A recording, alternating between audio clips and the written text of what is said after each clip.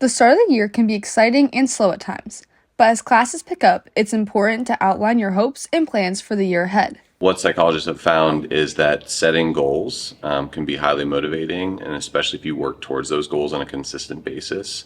And so, maybe you set a goal to study every night, and I'm a big fan of process goals rather than outcome goals. An outcome goal is like I want to 95% in my class, right? But a process goal is how do you get there, and that might be daily studying, that might be making sure that you do all the practice homework and then check the answers and resist the temptation to use like the AI. Start with the end in mind. So if you have a goal, start with that in mind and make sure that you're checking in with yourself and seeing where you're at with that progress. Another thing is to tell your friends and your family about your goals so they can help hold you accountable. I think it's important to set goals and have a plan for what you need to get done because then you can stay on task. I also like to make lists and use a planner, that way I can cross things off physically because that's really satisfying.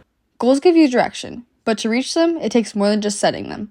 You need to stay engaged with course content both in and outside of class for those goals to actually mean something. Even though we only have class every other day on this block schedule, that's really important for students to look at their course content on an everyday basis. You need to look at your work, and you need to study more often than every 2, 3, 4 days.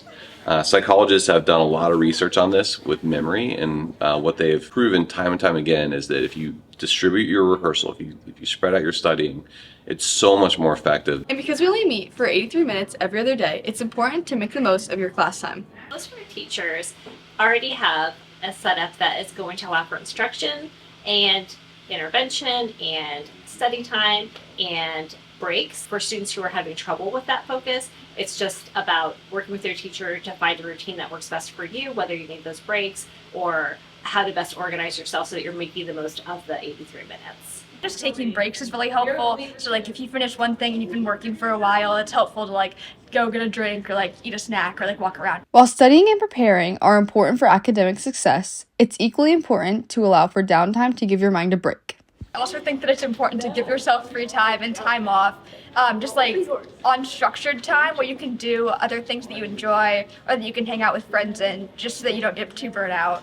So, be sure to be purposeful about how you approach your academic career this school year, but also take time to grow as a person. This is Saige Fogle for Lincoln Live.